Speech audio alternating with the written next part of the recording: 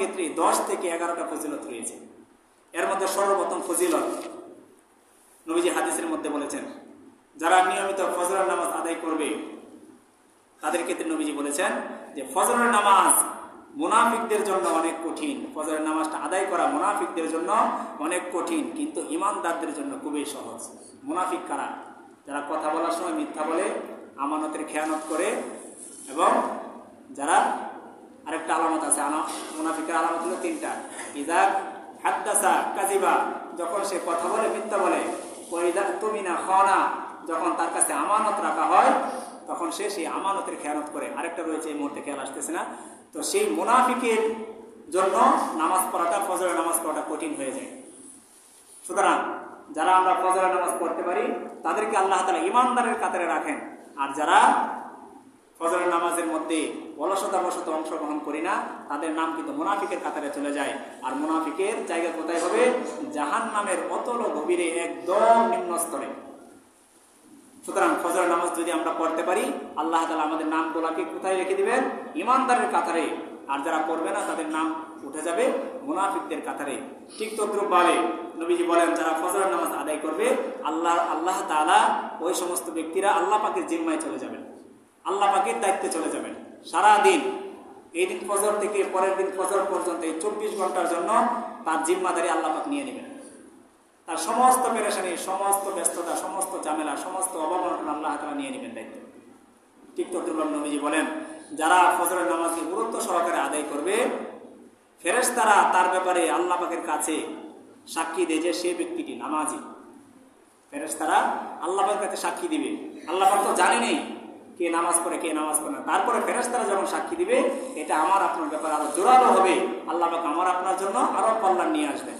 ঠিক তদ্রূপভাবে যারা ফজরের নামাজ পড়বে, নবীজি বলেছেন সারা রাত তাহাজ্জুদ পড়ার সওয়াব পাবে। সুবহানাল্লাহ। আপনি যদি ইয়াশারের নামাজ আদায় করে শুয়ে যান, আবার ফজরের সময় উঠে ফজরের সালাতটা আদায় করেন, নবীজি বলেছেন এই যে রাত্রি আপনি ঘুমাইলেন, কিন্তু সারা রাত আপনি তাহাজ্জুদ করলে যে পরিমাণ সওয়াব পাইতেন, ইয়াশা এবং ফজর জামাতের সহিত গুরুত্ব সহকারে পড়ার কারণে সেই সওয়াব আল্লাহ তাআলা আপনার আমলনামায় দিয়ে দিবেন। নবীজি আরো বলেন, কিয়ামতের দিন ওই ব্যক্তির জন্য একটা আলোর ব্যবস্থা করা হবে যারা নিয়মিত ফজরের নামাজ আদায় করবে। হাসরের ময়দানে একটা পর্যায়ে কঠিন অন্ধকার হয়ে, ঘোর অন্ধকার নেমে আসবে, কিন্তু যারা ফজরের নামাজ নিয়মিত আদায় করবে আল্লাহ পাক তাদের জন্য সেদিন স্পেশাল আলোর ব্যবস্থা করবে। নবীজি আরো বলেন, ওই সমস্ত ফজরের নামাজ আদায়কারী ব্যক্তিরা পরকালে আল্লাহ পাকের দিদার, আল্লাহ পাকের দর্শন, আল্লাহ পাকের দেখা লাভ করবে। তারা যেরকম ভাবে পূর্ণিমা রাত্রে আমরা চাঁদকে স্পষ্টভাবে দেখতে পাই, নবীজি বলেছেন ঠিক তদ্রূপভাবে আল্লাহ তাআলাকে ওই দিন ফজরের নামাজ আদায়কারী ব্যক্তিরা সরাসরি এরকম ভাবে ঝকঝকা ফকফকভাবে দেখতে পাবে। সুবহানাল্লাহ। শুধু তাই না, নবীজি বলেন জাহান্নাম থেকে ওই সমস্ত ব্যক্তিদেরকে আল্লাহ পাক রব্বুল আলামিন মুক্তি দিয়ে দিবেন যারা ফজরের নামাজ গুরুত্ব সহকারে আদায় করবে।